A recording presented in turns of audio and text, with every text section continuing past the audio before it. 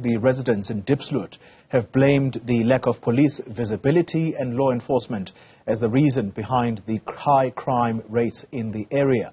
On Monday, you'll recall that the residents took to the streets demolishing shacks believed to be harbouring criminals. In fact, that was last week, Monday.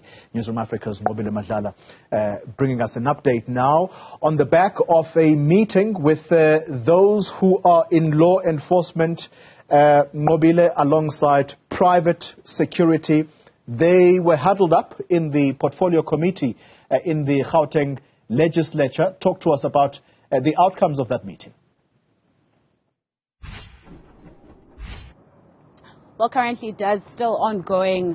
Clearly, we have seen quite a number of them taking to the stage and telling and basically speaking to the sort of provisions that they want to put forward and looking into the stats, of course, and their concern around crime. But I want to bring in now the provincial commissioner to speak to us about the very unhappy community. But before we get to the fact that Diepsloot is so unhappy with the police officers at this moment, provincial commissioner, there is, of course, an ongoing meeting right now. Do you have solutions for any crime at this point? Have you heard anything?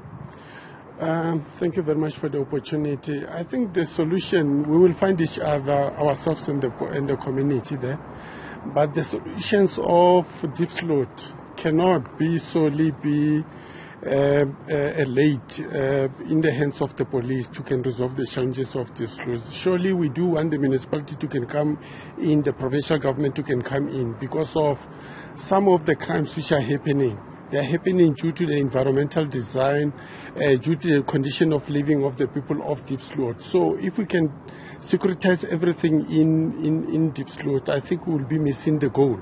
I call upon other stakeholders to can also come into play. As the police, we have tried to can put measures in place, the stabilization operation, to can go there and try to stabilize the situation. But now we have seen the crime have moved to extension 1, extension 6, extension 12 and 13. And when you look at that environment, it's so densely populated, it's a lot of temporary structures, mikukus and so forth. The roads are not accessible.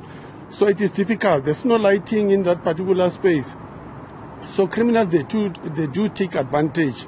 They go and rob people. They enter into people's houses, and especially the number of liquor outlets which are there. When people, they come from those joints and then they are being robbed and so forth. So this is a myriad of problems, but we require everybody who can assist the police so that we can resolve the issues of Diepsloot. And I mean, I understand that you're speaking about the environment, and I mean, when there's a crime, people look up to the police because those are the people that are supposed to assist. But this community is saying that there's a lot that's happening and the police are not listening to them. Yeah, we are listening. I can say to you that we have, since April up to now, we've recovered 14 firearms in that particular area, and those people, they were also arrested. And for those incidents which the community are complaining about, especially where the mother and the children were attacked in their house, we have arrested 6 people. They appeared before court yesterday. Bail was denied. And over and above, while we are doing these liquor operations and so forth, we have managed to can arrest a total of 82 people. So there are a lot of things which the police are doing in that particular space, but surely the challenges are just bigger than just, law enforcement intervention. And I mean, again, law enforcement being the intervention that they're looking for. We're hearing that they're saying that they have dropped already a memorandum at the police station, but they're seeing very little movement in attending to their issues. Are you aware of this memorandum? What is the police station they're saying? Because we're hearing that also the residents are now marching to the police station. Yeah, later on when I'm done with this committee meeting, I'll be meeting with the station management who can also go through the memorandum and see where is the problem, where are the gaps, and then we ensure that we close. We did receive an additional deployment which is deployed now in that area so that it can assist the station. But I will go through the memorandum later today, and then we see how can we assist. Crime prevention, again, being one of the major things that you are looking at today.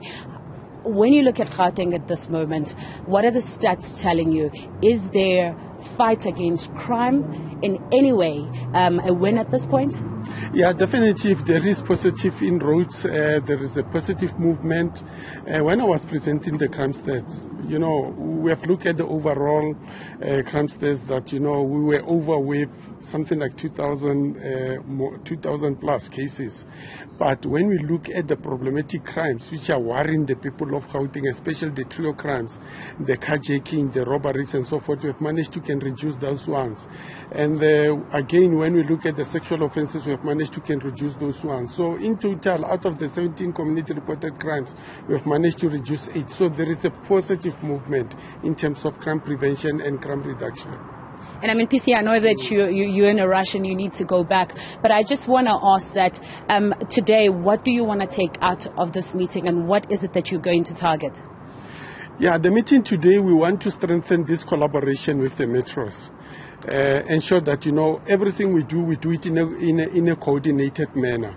This thing of, you find that there is silo approach in other instances because of, remember, the metros are accountable to the different municipalities.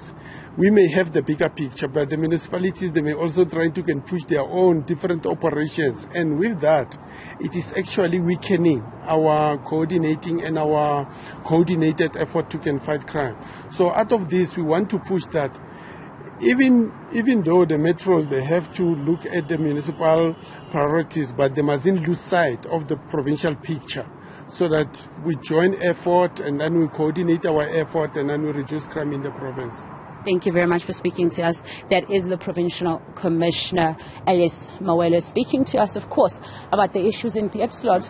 I mean, you can just imagine, Qoli, how frustrated the community is. But, of course, he's saying that an effort where everybody comes together will be more assisting, with the idea that he will be going on the ground to see that memorandum that will be delivered to the SAPS. Nqobile Madlala, thank you very much. Live for us in downtown Johannesburg there.